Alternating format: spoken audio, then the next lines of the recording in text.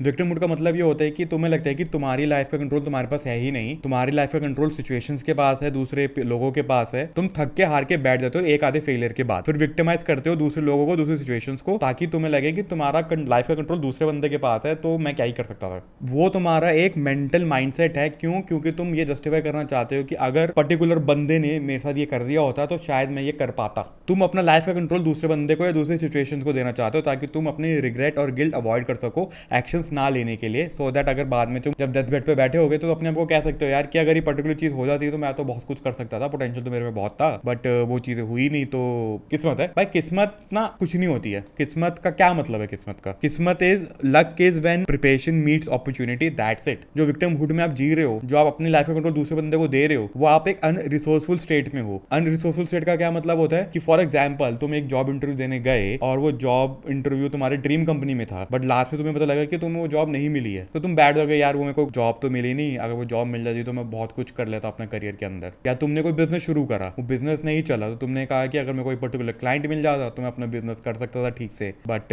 अब मैं क्या ही करूं। इस चीज को तुम्हें बदलना है। इस चीज को कैसे बदलना है? एनएलपी के अंदर एक फ्रेमवर्क है, have do be. Have do be का क्या मतलब है कि अगर मेरे पास ये पर्टिकुलर चीज है तो मैं ये पर्टिकुलर चीज करूंगा ताकि मैं पर्टिकुलर चीज बन सकूं। ये उल्टा है, ऐसा नहीं होना चाहिए। आपको एग्जांपल के तौर पे बताता हूं, अगर मेरे पास 1 करोड़ रुपए हो तो मैं अपना एक बिजनेस शुरू कर सकता हूं ताकि मैं अमीर बन सकूं। अगर मेरे पास ये पर्टिकुलर टैलेंट हो तो मैं उस टैलेंट को यूटिलाइज करके कुछ बन सकता हूं। वो जो हैव पर है ना, हैव पर ही आधी दुनिया अटक जाती है।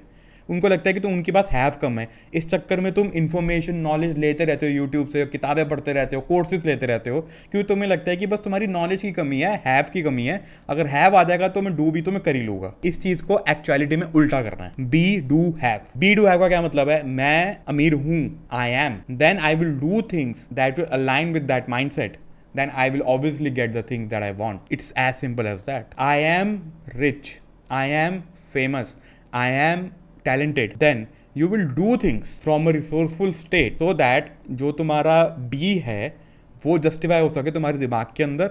और जब बी और डू अलाइन हो जाएगा आपस में तो हैव खुद ब खुद आना शुरू हो जाएगा। जिस चीज़ को तुम कहते हो मैनिफेस्टेशन, जिसको तुम कहते हो लॉ ऑफ अट्रैक्शन, सेम चीज़ है, बट तुम्हें मैंने एक पूरा एक थ्योरी की तरह तुम्हें समझा दिया। तुमने देखा होगा कि जो बंदे हमेशा गुस्सा रहते हैं उनके पास गुस्से वाले लोग ही आसपास आते हैं। तुमने वो भी देखा होगा जो बंदे बहुत काइंड होते हैं उनके पास काइंड लोग ही आसपास आते हैं। तुमने वो भी देखा होगा जो पैसों की इतनी दिक्कत नहीं लेते, वो कहते हैं कि यार पैसे तो मेरे पास आ ही जाता है, उनके पास एक्चुअल पैसा आ ही जाता है। वो पहले पैसा आ जाता है तब उन्होंने माइंडसेट नहीं बदला यार, उन्होंने पहले ही माइंडसेट ये बना के रखा मेरे पास पैसा आ जाता है, क्योंकि they believe in that, then वो आ ही जाता है क्योंकि they take action according to that. तो विक्टिम हुड से बाहर निकलो।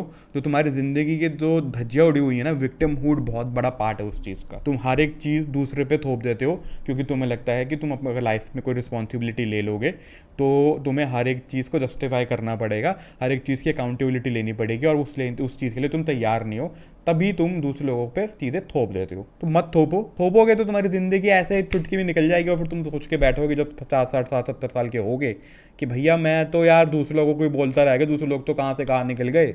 अगर मैं अपने पास कोई एक्शन ले लेता जब मेरे पास एनर्जी थी, जब मेरे पास टाइम था, तो मैं कुछ ज़िंदगी में कुछ कर पा। अगर वो सोच रहे हैं तो वो सोच लो यार, मैं तो कौन ही हूँ ना यार तुम्हें बताने वाला। 4 सब्सक्राइबर नहीं है मेरे, क्या पॉइंट है ना, मेरी बात सुनी क्यों रहे हो तुम।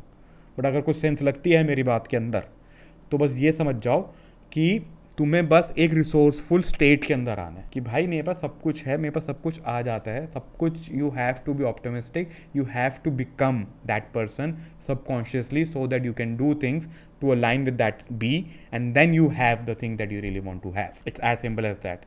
विक्टिमहुड से बाहर निकल जाओ। विक्टिमहुड बहुत ही कंफर्टेबल जगह लगती है लोगों को क्योंकि उसके अंदर कोई रिस्पॉन्सिबिलिटी नहीं है, कोई अकाउंटेबिलिटी नहीं है। दूसरे लोगों को तुम बोल सकते हो, दूसरे लोगों के बारे में तुम गॉसिप कर सकते हो। तुम्हारी सारी एनर्जी आउटवर्ड आती है। जब रिसोर्सफुल स्टेट में आते हो तुम्हारी सारी एनर्जी इनवर्ड आती है। अंदर से तुम फिर अपने आप काम करते हो, अपने लिए काम करते हो, किसी को दिखाने के लिए नहीं करते हो, किसी को बोलने के लिए नहीं करते हो। कोई गलती होती है खुद की अकाउंटेबिलिटी लेके खुद उसको सॉल्व करते हो। जब तुम रिसोर्सफुल स्टेट में आते हो तुम एक प्रॉब्लम सॉल्वर बन जाते हो। तुम ये नहीं सोचते हो कि जो प्रॉब्लम है वो प्रॉब्लम किस वजह से है और इस चक्कर में मैं क्यों नहीं कर पा रहा हूँ चीज़। तुम ये सोचते हो कि प्रॉब्लम है, ठीक है, क्या इस चीज़ के ऊपर मेरा कंट्रोल है? अगर कंट्रोल है तो चेंज कर ले, नहीं है कंट्रोल तो भाई सॉल्व कर ले दूसरी तरह से। As simple as that. जब भी तुम अगली बार ये विक्टिमहुड की मेंटालिटी के अंदर जाओ, तुम्हें लगता हो कि भाई यार ये तो मैं विक्टिमहुड में चल रहा हूँ, विक्टिमाइजेशन कर रहा हूँ दूसरी चीज़ों की, अपने आपसे पता एक सवाल पूछना, क्या जिस चीज़ के बारे में मैं विक्टिमाइजेशन कर रहा हूँ या विक्टिमहुड की मेंटालिटी से मैं उस चीज़ को परसीव कर रहा हूँ, क्या वो चीज़ मेरे कंट्रोल में है? अगर कंट्रोल में है तो भाई तू सॉल्व कर ले फिर उस चीज़ को, और अगर कंट्रोल में नहीं है या तुम्हें लगता है वो कंट्रोल में नहीं है, तुम क्यों ही कह रहे हो किसी चीज़ को? As simple as that. तुम दूसरी चीज़ के ऊपर फोकस करो ना। अगर ये चीज़ नहीं हुई है तो इस चीज़ से मैंने क्या सीखा, क्या मैं अपनी स्किल्स इंप्रूव करके कुछ कर सकता हूँ, क्या मैं अपने नेटवर्क बढ़ा के कुछ कर सकता हूँ, क्या मैं कहीं और जॉब अप्लाई करके कुछ कर सकता हूँ, क्या मैं अपना बिजनेस ही खोल लेता हूँ या कुछ कर सकता हूँ। तुम बहुत कुछ कर सकते हो यार, तुम्हारे अंदर बहुत पोटेंशियल है, तुम्हें पता है तुम्हारे अंदर बहुत पोटेंशियल है, बस तुम पोटेंशियल को यूटिलाइज नहीं कर पा रहे हो क्योंकि तुम विक्टिमहुड के अंदर जिंदगी जीने की आदत पड़ी हुई है, तुम्हें बचपन से पड़ी हुई है, तुम्हारी कंडीशनिंग वैसी हुई है। No one gives a fuck. Life is unfair, world is unfair. अगर तुम्हें लगता है कि दुनिया जो है बहुत अनफेयर है एंड इस चक्कर में तुम अचीव नहीं कर पा रहे हो चीज़, या तुम्हारी किस्मत बहुत ख़राब है या तुम्हारी डेस्टिनी ऐसी है, इस चक्कर में तुम चीज़ नहीं अचीव कर पा रहे हो, तो तुम उस विक्टिमहुड में रह जाओगे यार। फिर तो पॉइंट ही खत्म हो गया ना, फिर ज़िंदगी जी क्यों रहे हो? तो बस ये समझ जाओ, हर चीज़ का कंट्रोल तुम्हारे पास है। अगर उस चीज़ का कंट्रोल तुम्हारे पास नहीं है तो उस चीज़ को छोड़ दो। जिसका कंट्रोल आपके पास है उस चीज़ पे सॉल्व करो, उस चीज़ पे काम करो, और तुम अपनी ज़िंदगी इतनी बढ़िया होती हुई देखोगे कि मैं तुम्हें बता नहीं सकता हूँ यार। मैं पूरी ज़िंदगी मैंने विक्टिमहुड में निकाली है, मुझे पता है कितना ज़्यादा एग्जॉस्टिंग, कितना ज़्यादा क्लॉस्ट्रोफोबिक हो जाता है एक टाइम के बाद कि तुम्हें एक्जिस्टेंशियल क्राइसिस आने लग जाते हैं कि भैया मैं तो किसी चीज़ की अकाउंटेबिलिटी और रिस्पॉन्सिबिलिटी ज़िंदगी में ली ही नहीं, और उस चक्कर में आज मेरी ये हालत है। अब मैं इस चीज़ की भी अकाउंटेबिलिटी रिस्पॉन्सिबिलिटी क्यों लूँ? क्योंकि मैं तो इस चीज़ को मैं पास्ट पे थोप सकता हूँ ना, अपने ही पास्ट पे, कि भाई उसने ले ली होती तो मैं कुछ कर पाता ज़िंदगी में, अब मैं क्या ही करूँ भाई। वही तो पॉइंट है। जब दूसरे लोग और दूसरी सिचुएशन पे विक्टिमाइजेशन का स्कोप खत्म हो जाता है, तुम अपने पास्ट पे विक्टिमाइजेशन करने लग जाते हो, अपनी कंडीशंस पे विक्टिमाइज करने लग जाते हो, तुम्हारे अपनी सिचुएशन पे विक्टिमाइज करने लग जाते हो कि भैया मेरे पास, अगर मैं इस घर में पैदा हुआ होता तो शायद कुछ होता था, इस कंट्री में पैदा हुआ तो शायद कुछ हो जाता, शायद मैं सुंदर होता तो कुछ हो जाता। No one gives a fuck. Life is unfair, world is unfair. और एक बारी बात वो समझ जाओगे और तुम्हें समझ आ जाएगा कि भैया every one is for themselves. Aeroplane में भी यही कहते हैं ना कि भैया जब इमरजेंसी स्थिति हो तो मास्क सबसे पहले अपने मुंह पर लगाया करो, तो करो भाई। ऑक्सीजन मास्क तुम्हारे साथ ही है, मुंह पर लगाओ, विक्टिमाइजेशन से बाहर निकलो, तुम्हारी ज़िंदगी ऐसे बदलेगी ना भाई। मुझे थैंक यू कहोगे भैया क्या वीडियो बनाई थी आपने, मेरे को मज़ा ही आ गया। बाकी मिलते हैं अगली वीडियो में।